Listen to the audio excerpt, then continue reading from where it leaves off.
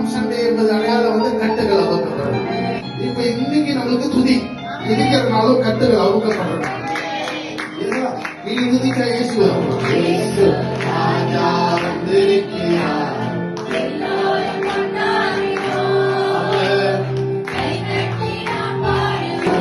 தெளிவா ஆண்டவர் சொல்றாரு.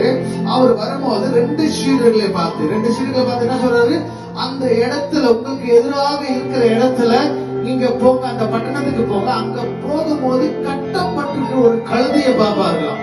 புரியுதா?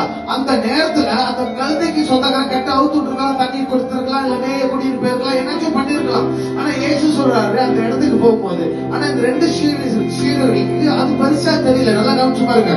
அந்த சீடர்கள் நம்பதான் அவர்கள் ரெண்டு பேத்துக்குமே ரொம்ப பெருசா ஒன்னும் தெரியல. ஏன்னா ஆண்டவர் சாதாரணமா சொன்னாரு. எப்படி சொன்னாரு?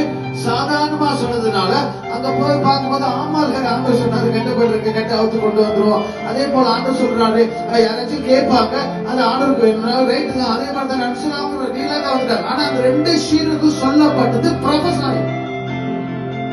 அவங்க போய் பார்க்கும்போது கட்டி இருக்கிறது. புரியுதா? இன்னைக்கு உங்க மேல சொல்லப்படுகிற ப்ரொஃபஸர் கட்டி இருக்கு.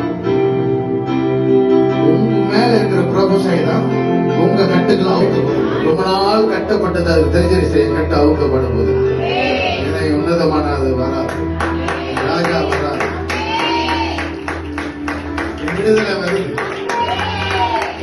வந்தா என் விடுதலை வந்து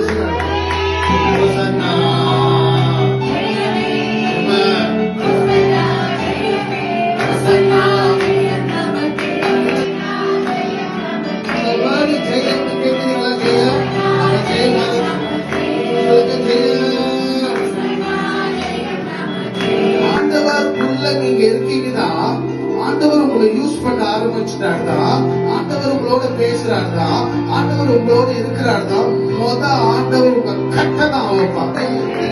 கட்டு இருக்குல்ல, இப்ப நானே வார்த்தை பிரகாரம் சொல்றேன். அந்த ஆண்டவர் சொல்றாரு, அப்படி யாராச்சும் கேட்டா சொல்ல, அது எனக்கு தேவை. நான் உங்களை பார்த்து சொல்றேன், நீங்க ஆண்டவருக்கு தேவை.